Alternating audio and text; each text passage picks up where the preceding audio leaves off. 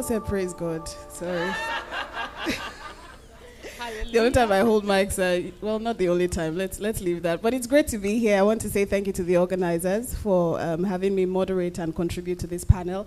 It's nice to see you, Veekee. I saw you on Tuesday. Nice to see and it's you nice to see you, Auntie. I saw you last week. Yeah. Congratulations on the 15th edition of the Eloy Awards. 15 years of organizing the Eloy Awards. It's not a joke. I was nominated maybe 7 years ago, 8 years ago. And I presented an award this year, and it's just great to be here with you both. And Veekee and I, we drink from the same well-ish. I'll just leave it like that. So it's really great to be here to be talking about finding the balance, because it's something that before now, it just seemed like women had to choose, between raising a family or building a career, or it seemed like our choices were limited.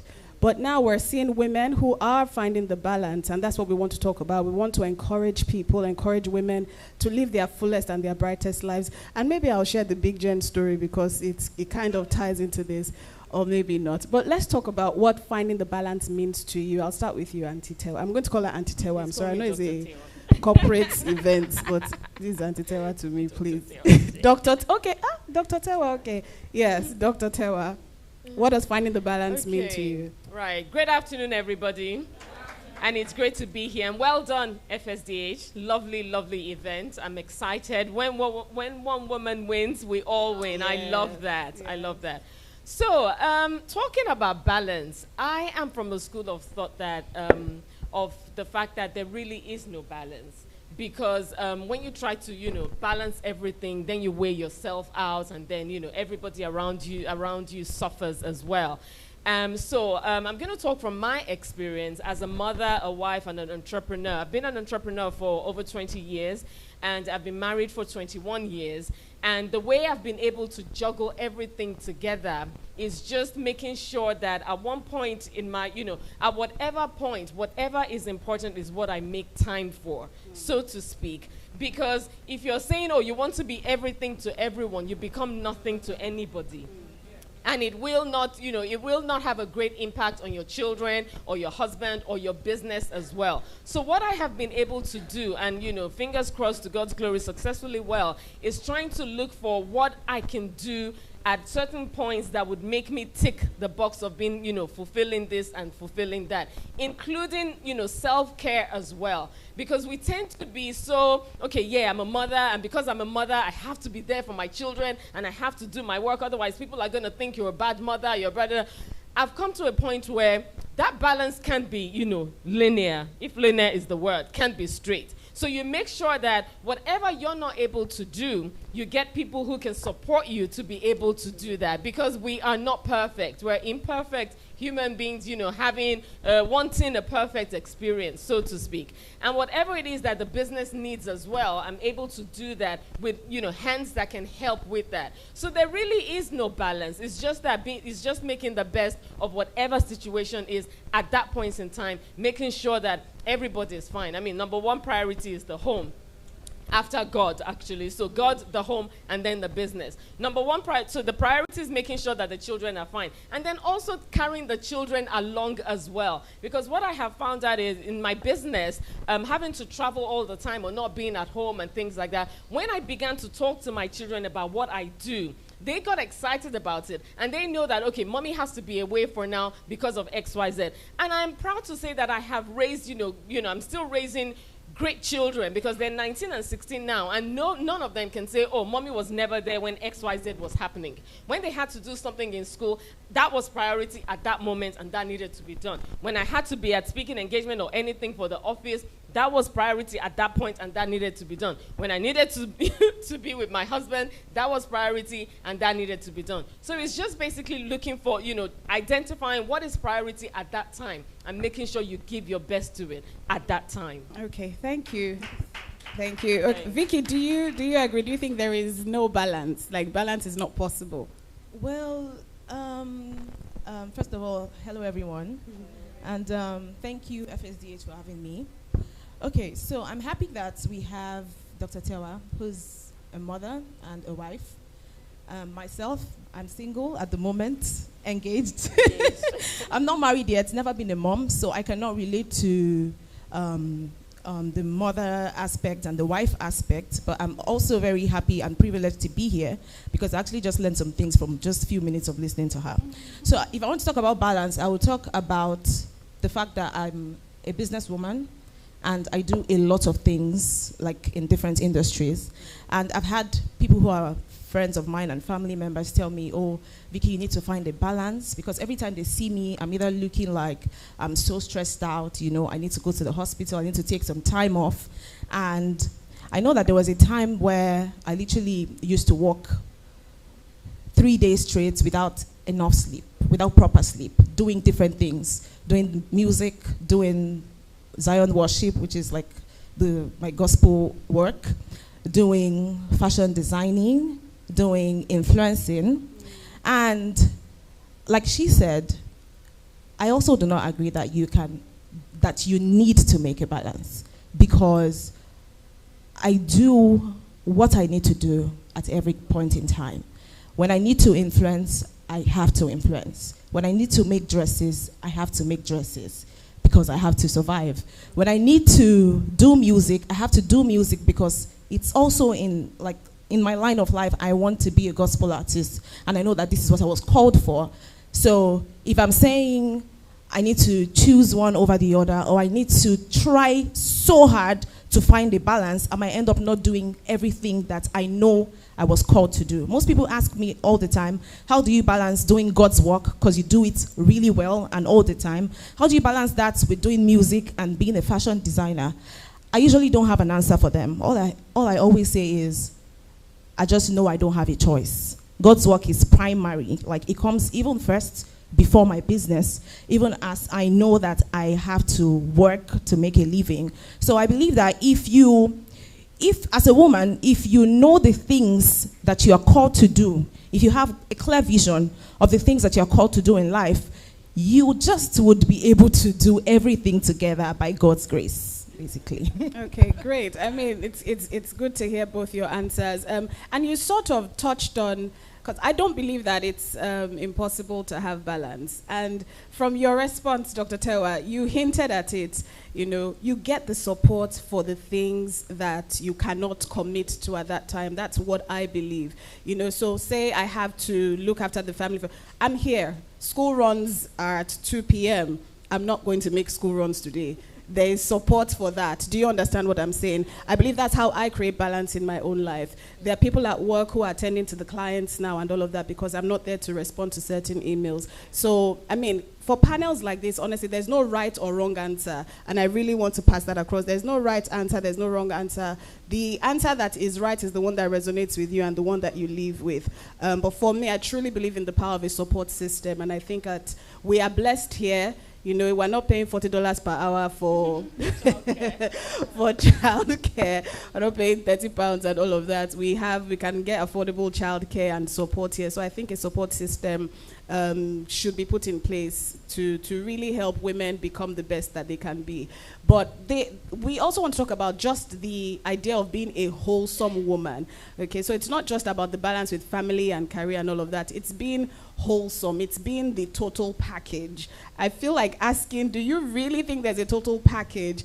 And total package means, like, in fashion, you come correct. You know, beauty, you come correct. You're not here now looking somehow because you were rushing or whatever. When it comes to even your contribution to the society, you know, you come correct as well. Your industry, you're a force to be reckoned with. You both are forces to be reckoned with in your varying industries, fashion and the media space. So let's talk about the makeup of a wholesome woman. What does that look like for you? Do you want to go first? Yes. Okay, wholesome woman. First of all, I strongly believe you have to decide what a wholesome woman means to you. So it's a personal thing, you know, you make that decision. Okay, me being a wholesome person in every single thing that I do, what does that mean to me? And for me personally, it's being able to show up as my best self every single place I go to. It's my, you know, me holding myself in high esteem, me being able to, you know, my word is my bond kind of thing, the values, you know, being able to just show up and align with whatever vision that I have for myself. being a wholesome woman for me is also taking care of myself, making sure that I am priority. No matter what is going on around me, I have to make sure that I am well. Because, you know, like he says, you can't pour from an empty cup. Yeah. And once you're giving too much of yourself, and I have, you know, lived that actually, given so much of myself that at the end of the day, I broke down. And then, you know, the work continues. Life moves on. Life goes on. You know, yes, you've passed out. Everyone's saying hello to you at the hospital. But then again, life is going on. So being a wholesome woman is also making sure that you take care of yourself. And we always say that we take care of ourselves. We always say that we love ourselves. I feel like we play lip service to saying I love myself. Because if you really and truly love yourself, what you consume, you'll be very intentional about it. What you read, you'll be very intentional. What you talk about, you'll be very intentional about it. So I am very, very intentional about that. I don't, you know, associate with things that are not in line with where I'm going to. I say that are not in line with my higher version, so to speak. Because being wholesome, to me, means that I am hitting my goals and taking care of myself so that I can take care of my family and take care of my business as well. We can be wholesome when we choose to be. Because, yeah, you know, different things happen on different days, and we're not perfect. And challenges definitely will come. But you identifying what a wholesome person means to you will identify what kind of mindset you have when the challenges do come. Because, you know, I always reference the Bible because I'm a Christian. You know, God says that the weapons will form, but will they touch you? No. So challenges will always be there, but it's how you react to these challenges. And being a wholesome person just means that every single thing around you, you're making sure that, to an extent, is the best of your ability. Your wellness is key. Your financial wellness is also key. I have to say financial wellness like that because a lot of women run away from, you know, finances and knowing more, you know, what their money is, what their money is doing and things like that. That is part of being whole. Your health is part of being whole. Who you associate with is also part of being whole. Are we all going in the direction of our goals, or are we just backbiting and talking about other people? You know, being wholesome really, really is about that. And that has to be personal. That has to be a decision you make for yourself. You know, what does success mean to me? What does XYZ mean to me? You know, how much money do I want to earn? What makes me a total complete Tewa, you know, so to speak? That's a wholesome life for me. Right, thank you. Please let's give her a round of applause. Thank you. Veekee, what does a wholesome life, you being a wholesome woman, mean to you? Well, so a lot of people tell me that I am a total package, like you just said. Come on, wife material. A lot of people tell me that, but I'm also going to say that not every woman can be a total package. Like in quotes, the way people say it, that she's a total package. She can do this, she can do this, she can do this. You don't necessarily need to do everything that people do, or do this to be a total package. We're all called for different purposes. Our visions are different, our destinies are different. If you are skilled in this field, and you're not skilled in so many other fields, it doesn't make you a woman that is not a total package. I believe that as women, we should always strive to succeed in everything we do. Even if you do one thing, do everything that it takes. And I think I was here during the last panel, and one of the ladies said, as women, we tend to make too much excuses because we're women. So you're supposed to do something, but you have excuses that, oh, I'm on my period, oh, I'm a woman, I'm fragile, that kind of thing. I don't have that kind of mindset because I grew up without a father, and I believe that had played a big role in me being the kind of woman that I am. Because I know even Pastor Balaji says it all the time, that Veekee, you need to find your femininity. Because I tend to be masculine in a way, because I grew up being someone who had to work for herself and her family, right? But not every woman went through that, and not every woman can do so many things at the same time. If you're skilled to do one thing, all I'm going to say is make sure that you do everything that you can. Make sure that you do everything that you can to hit your goals and surpass them. And I believe that makes you a wholesome woman. Right, okay, thank you. Let's give Veekee a round of applause. So when I think wholesome, I think of the values that I have put in place, you know, to enable me be the highest version of myself I want to be. Now let's bring it into the business world, because this is a business conference. I want us to talk about values that we have put in place that have helped us with on our entrepreneurial journey, because it's not easy to run a business. Vicky, how old is your business now? 5 years. 5 years, Yeah. and you really have crossed boundaries. Yeah. You've gained great recognition over the 5 years. And Tewa, Dr. Tewa, you've been in this space for a while.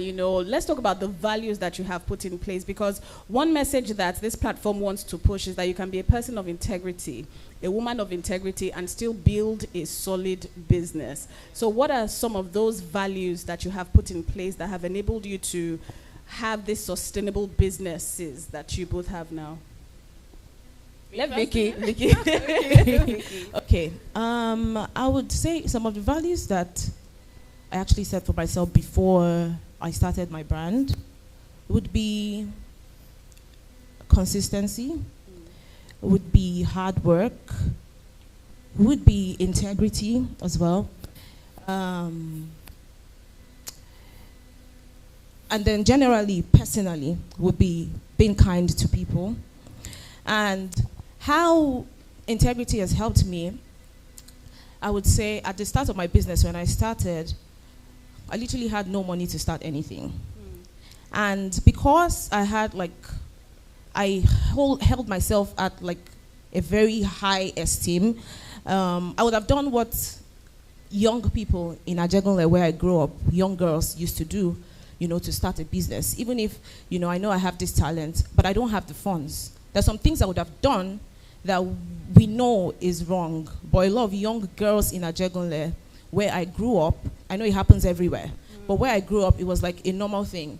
If you're a young girl, you don't have money, you know what you need to do to get money. Yeah. But my self-respect was it was one of my core values. And that was what kept me.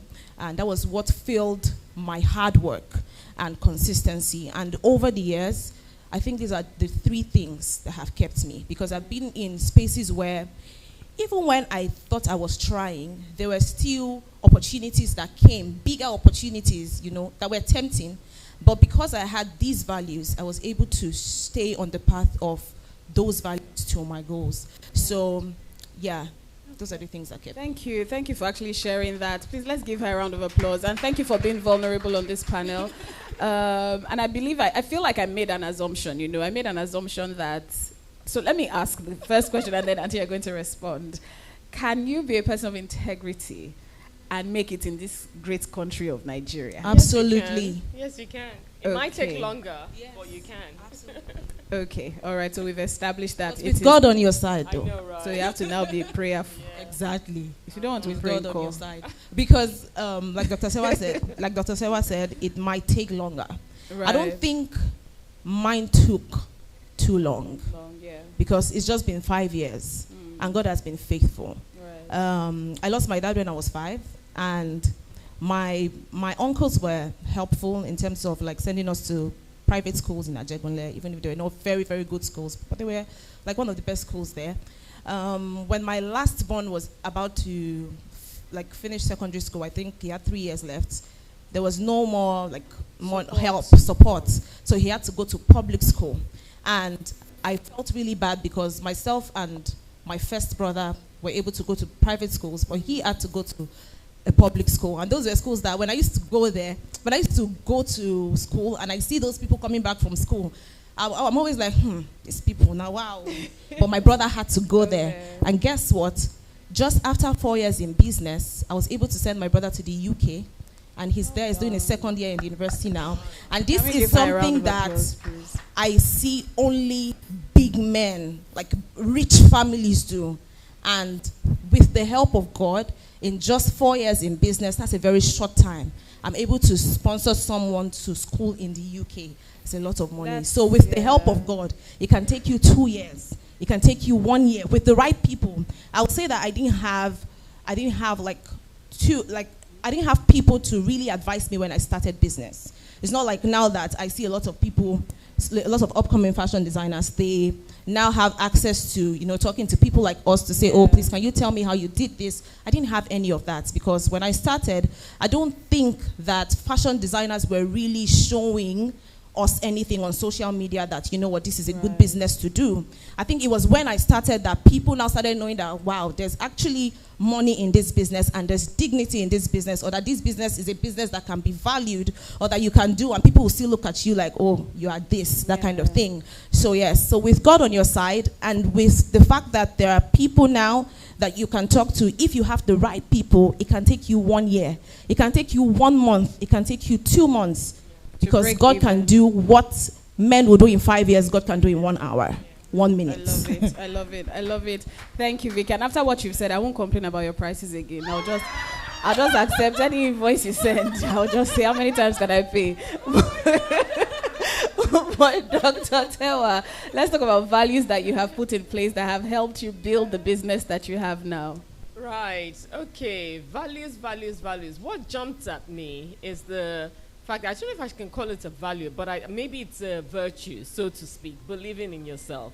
I started Exquisite Magazine over 20 years ago, and the only thing I had going then was the fact that I strongly believed in myself. I believed in what I could put out there to the world, even though I have a pharmacology degree. So nothing to do with mass comm, nothing to do with journalism. I just, loved fashion, loved writing, and wanted to, start a magazine. I started in England, and that was because there weren't that many magazines then for black people. But a few of the values that have kept me till now is the fact that, integrity, number one. Whenever we say we're going to deliver on this, we deliver it and over-deliver on it. So I'm very proud to say that. Another thing I'm proud to say of is the commitment to whatever it is we're doing. I have been, my team and I, we've been very committed to what we do with Exquisite Magazine, the Eloy Awards, and the Cervical Cancer Foundation we run as well. Committed to the cause, committed to churn out good work, committed to churn out quality work, committed to not make any excuses. Because there's so many times where we could have made an excuse and say, oh, dollar is XYZ, we can't do this. Or, like somebody said earlier, I'm on my period, I can't do this. Excuses will always be there. My people know me that you cannot come to a meeting late and cite traffic as an example. Never, ever. I would fine you. Because we know there would always be traffic. So there's different things that we'll know that will always occur. But be committed to yourself and committed to whatever you're doing so that you're able to move past that to get to your goal. Another value is consistency. I don't know if that can be called a value. It is. But did you mention that? Okay, consistency. Yes. Being consistent. Whatever we do, as an example, myself and my children and my family and the business as well, consistency, being able to do it over and over again. Because there will be times when you want to give up. But when you're consistent in doing something and putting your best into it, something must give. Something has to happen. When we say that we're the biggest award ceremony for women in Nigeria, we tell no lie. Because really and truly, we're the most consistent. We've been doing it for 15 years. Come rain or sunshine. Come money or no money. Do you understand what I mean? So it's been committed to the brand and being consistent as well. During the COVID period, people were like, oh, you still want to do an Eloy, blah, blah, blah. I'm like, yeah, we still want to do an Eloy. Because I'm this kind of a person that when I say something, when I speak it out, it has to become. Because otherwise, I lie to myself and I lie to other people. So if we're saying we're doing the Eloys, yes, it was COVID. But then again, the government allowed a few people to come into a gathering. So why are we not going to do an Eloy? So we did the conference online where we could have, lots of people, hundreds of people. And then we did the Eloys where that year we only had the nominees. And they were about, almost 100. And we still did an Eloy. It's part of being committed to the cause. Because I want to be able to look people in the eye and say, we've been doing this for 15 years. Yeah. Not, we've been doing this for 15 years, but in COVID we missed it. Yeah. So that's the kind of person I am. And I suppose values is also going to, you making a decision about what kind of person you want to be. What do you want to exude? What do you want to show to people? So it's your personal decision. Mine might be commitment. Mine might be consistency. Others might be something else. Right. Another thing is the determination as well. The determination to succeed. The determination to win. The determination to fall down 7 times, rise up 8 times. Because like I said earlier, there will always be challenges. But how do you decide, when you want to quit and when you want to stop? I always say this, that like in Yoruba, they say, Onokon Waja. There's so many ways to get to a destination. But how you get there, you can definitely, there's so many ways to get to a destination, yeah.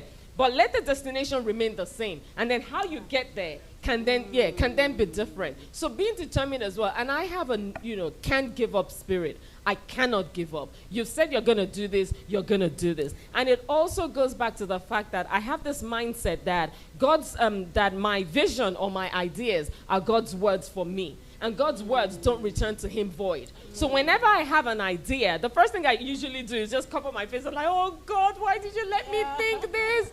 Because I've thought it. That means it's possible for me. And it's only me that can make it not happen. So that determination of, okay, you know what, it's tough, it's hard, but I'm not going to give up. I'm going to go with it. I suppose those are my values. Another thing is, when we were moving to Nigeria, a lot of people talked about the fact that, you're going to have to do X, Y, Z to get ahead. And I'm just like, okay, you know what? If I think about that, then it's going to happen. Because remember, whatever it is we focus on grows. Right. People are shocked when they say to me, as fine as you are, you don't look like you have kids and blah, blah, blah. Nobody, I'm like, really and truly, nobody has. Because by the time I'm walking in there, I'm saying to the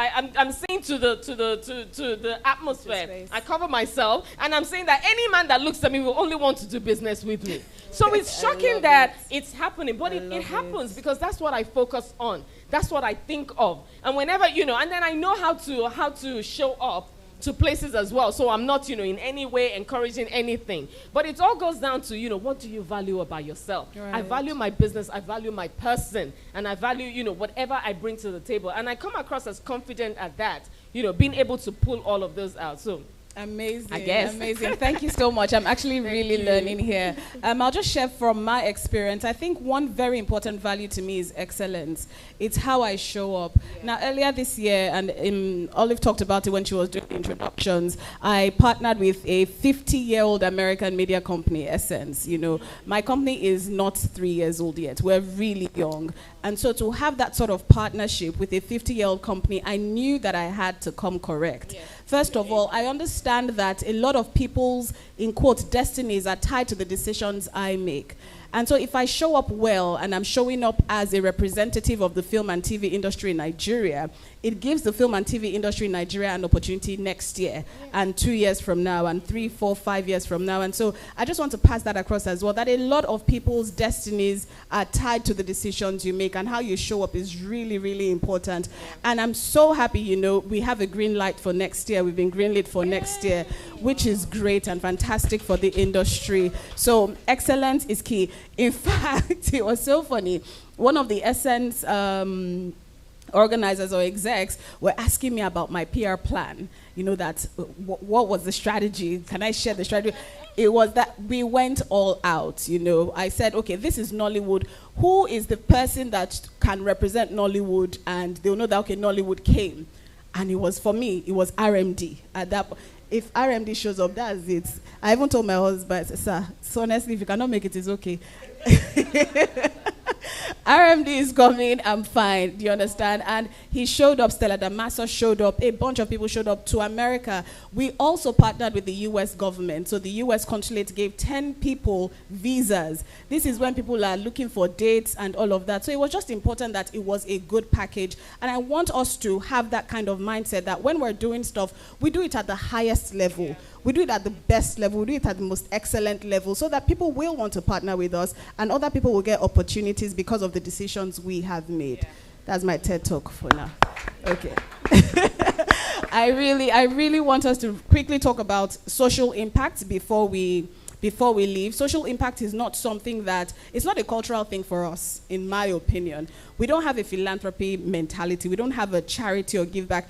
It is, I don't think I ever saw my mom, may her soul rest in peace, like say, oh, this is her annual donation to a charity sort of thing. Do you understand? She can give a beggar money, she can give society in church money sort of thing, but just in terms of corporate social responsibility, it's not something that young entrepreneurs think about.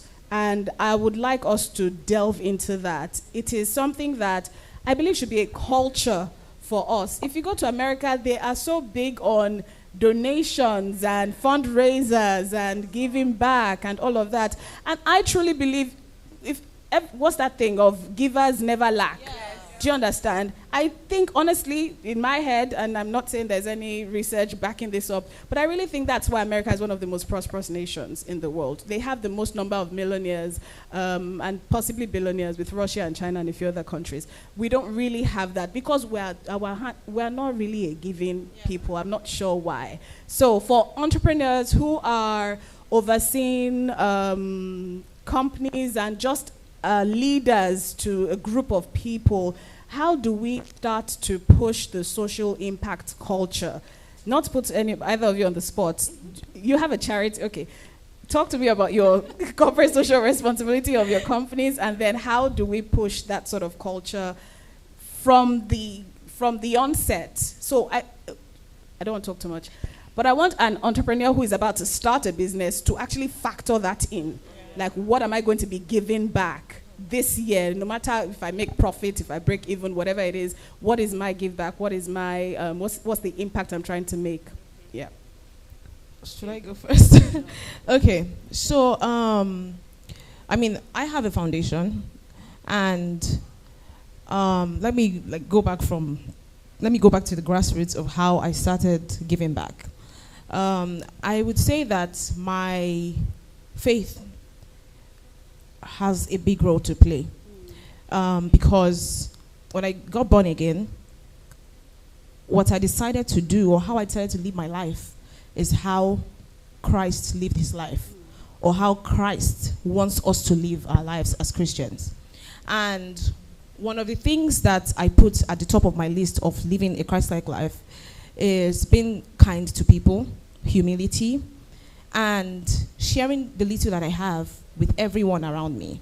So literally everyone in my family, everyone in my space, my staff, my friends, they can testify to the fact that this is the life that I live. Yeah. And because I live that life as a person, I put it into my business as well, because I believe that giving has the grace that comes with giving is deep.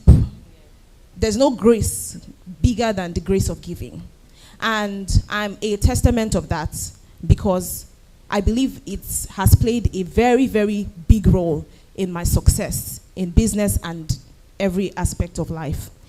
Sometimes I say that when I tell people that, see, in this life I'm living, nothing can happen to me except it's the will of God. And I say it with so much confidence, not because God has come down to tell me that nothing can happen to me, but because it is in his word. His promises are there. And every month, what I've made a part of my life is that every month I go out with the whole team of Zion Worship and the Veekee James Foundation to give back, to go to communities where people are really going through stuff. We go there with food stuff, and we go there to share the good news of which is Jesus Christ, and we go there to give them stuff. Sometimes share money for them to be able to feed for a while, share food stuff and all of that, and also share the word of God with them. And I believe that this has played a big role in my business. And the reason why I say it all the time so confidently, that I know that in this life I'm living, nothing can touch my business, nothing can touch me, is because when I give these people and I see how broken they are, most of them have given up hope in life, and they'll literally tell you, you've given me hope again.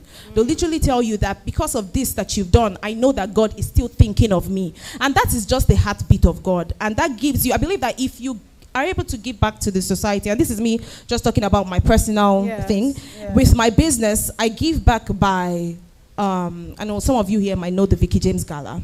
The first time I did it was last year. I'm not doing this year because I have like a lot of things that I'm planning, but we're doing another one next year. Last year, we empowered a lot of people, just me, zero sponsor. We literally did like a fashion competition where 3 people won. One person won like a million and something naira, or like all of them won like in total almost 2 million naira. We gave out sewing machines to a lot of people. Till date, when I go out and these people see me, after like a whole year has passed, the words that you hear from their mouth, you will be fulfilled for the rest of your life. Let's start from the fact that you will get fulfillment, And then the grace that comes with it is deep. So you should make it a lifestyle and put it in your business as well. Okay, so if I'm hearing you correctly, one of the things that drives you is the rewards that come. We're very spiritual people. We can't act like we're not in a spiritual environment. And this world is spiritual, you know. So, you give this person or the group of people money and then they're really praying and speaking. And so that keeps you going. That's a motivation. And that can be a motivation for anybody else here. Dr. Tewa. Right. Okay. So I'm a strong believer of giving back. Actually, that's why philanthropist is part of the bio. And since Exquisite started, we've always been giving back one way or the other.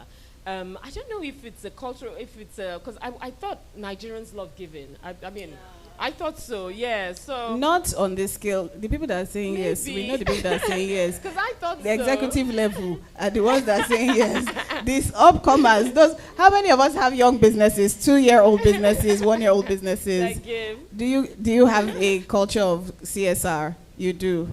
You were trained well. When I started Exquisite Magazine, so we dedicated a few pages to people who can't ordinarily afford adverts, but they're new in business. Okay. So that was a way of giving back then. And then when we started coming to Nigeria, we noticed that, that's why I'm a cervical cancer prevention advocate. We noticed that a lot of women were dying from cervical cancer, which is 100% preventable, by the way. And in Nigeria, 1 woman dies every hour of cervical cancer. So Exquisite Magazine is for women who better, raise awareness and, also screen people. So we decided to start doing that. And every year since 2010, we've been screening women free of charge for cervical cancer. Okay. And it's even an unbelievable thing when people ordinarily will just come for our walks or our events, and then at the end of the day, they found out that they have, cells growing in their cervix. And then they're like, oh my God, if I hadn't been here, this wouldn't have been found, and things like that. And then we have that culture of giving with Exquisite Magazine and the other foundations anyway.